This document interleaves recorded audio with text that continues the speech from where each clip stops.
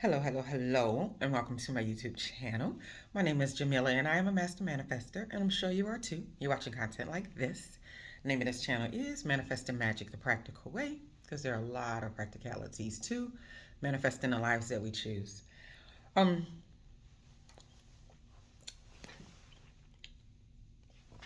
had to get rid of some gum. What I was thinking about today was the importance of focusing on what you are working on and not allowing other people's big picture to get in the way. I was listening to someone yesterday and it really hit me. They were going on and on about the chances of everything, right? The statistics related to whether people can attract mates after a certain age, statistics related to whether or not you should be able to start a business, learn a new language, have children, all these things, right? And it was a really kind of negative, but seemingly informative kind of conversation, but really negative kind of to me.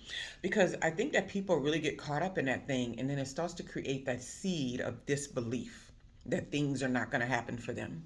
When folks start throwing out numbers like, only 50% of people that, you know, graduated from college actually make $70,000 a year, all these kind of things. I'm like, that has nothing to do with you. Has nothing to do with you. That has to do with anybody who believes those statistics. If you don't buy into them, they don't have nothing to do with you. You have to keep your mind at a certain level. And that's not to say there are not some things in society that there are certain negatives attached to that we may deem negative in our perspective. But at the end of the day, when we start going on about the big picture of things and start overvaluing statistical numbers about how people get along and what they do and how they can achieve and whether they can be successful, it really starts to weigh on you because you get out of the mode of creation and innovation and thriving and you get into the mode of survival and scarcity because there's no way to be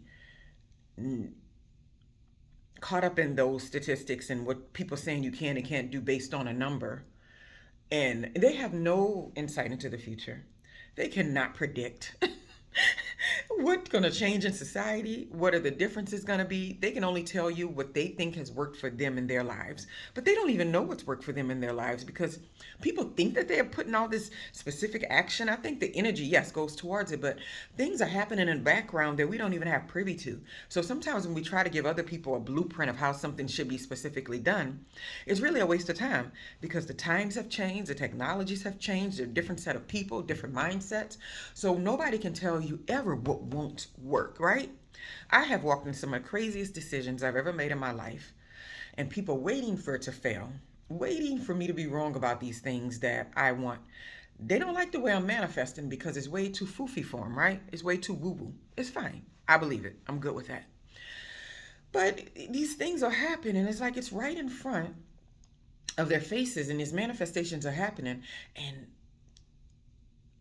they will still talk to you about numbers and what can and can't be and what are the possibilities and what whenever people start talking to me and using words like SWATs of people in one group. I'm a sociologist.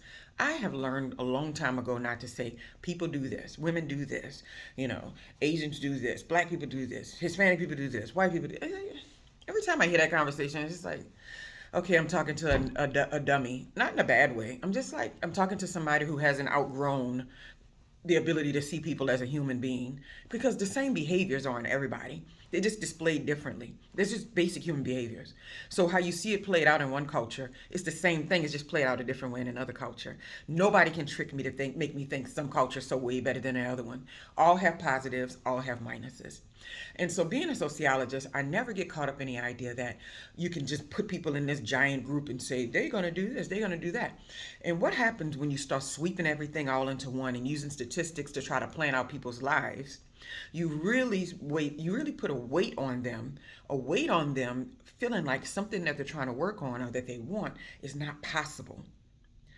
So stay away from all that stuff. I was just listening thinking, only 10% of people that graduated with a PhD ever actually become. It's like, dude, you don't know me. You don't know what I have to offer. You don't know what I do. You don't know what the special aspects of me that bring the uniqueness to that position actually mean. It's like, it's just nonsense. It's just fodder. It's just talking. So whenever you see that stuff, don't let it be you. And when I tell you, a big one is definitely women get married later. I say if you were not remotely desperate to get married, you would have proposals nonstop. Stop being desperate. Stop talking about men. Stop talking about marriage. Stop talking about relationships. Go do your own thing. And if somebody's going to run up, and you ain't going to want to be bothered when they run up because you're just like, I'm doing my own thing. But so many people get married after 50 and after 60.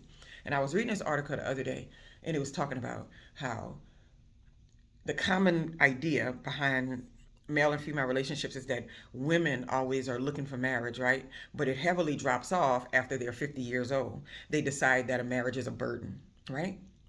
Because they realize the role that they chose in their last marriages or whatever, that's the way that they see the marriage, and they feel like, okay, it's going to be this thing where I have to take care of someone, I have to, and they're like, I've already done that, I'm done with that, I'm exhausted, I'd rather be alone, right?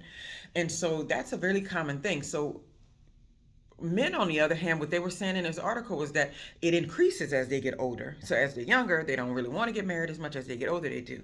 And so that's kind of an off balance, because you're just like, women want to do it younger a lot of times because they want to have children or whatever like that, and men can do it at any time up until about 60, 70 years old, because they can make children forever. They just won't be able to spend a lot of time with them. So I'm listening to this thinking about how many women that I know who are caught up in these ideas about statistics about there being more women than there are men available, there being this and that, the gay men, this and that. And I'm just like, if you actually looked around, there's no shortage of anybody trying to be with somebody. People are always trying to get in relationships. There's no shortage. And I think it's because my mindset is like that. I've never been in a mode where I gotta be in a relationship. And so because I don't think in those terms, decent relationships they've always come to me. And I don't look for them because I'm just not the kind of person that looks for romantic relationships. And I said, thinking to myself about how many times people are caught up on these numbers, and people start telling you that this is not possible after this age, you won't be able to do this after this age, and after this. And you're just a waste of time because they don't have the insight. Those numbers don't have anything to do with you. They don't. They don't. Contrary to popular belief, they don't. They don't have anything to do with you. And when we are trying to create, the worst thing that we can do is start putting scarcity ideas in our heads. Now, I'm not opposed to the idea of knowing what the precautions should be when you're doing something. Like gravity is a thing. There are laws. There are laws to the way the universe work, right? There are laws to the way manifestation work. That's perfectly fine. Focus on the laws and the frequency.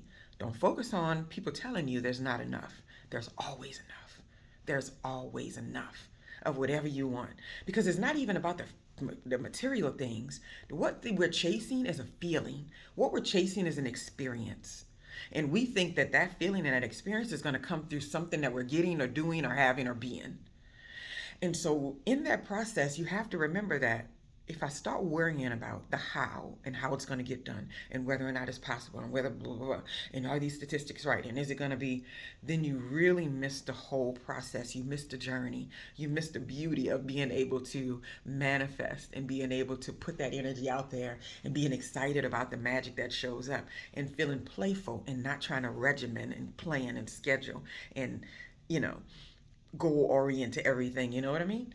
So if you needed to hear from somebody, you can hear from me. Those numbers don't have nothing to do with you. I don't even care what those numbers are.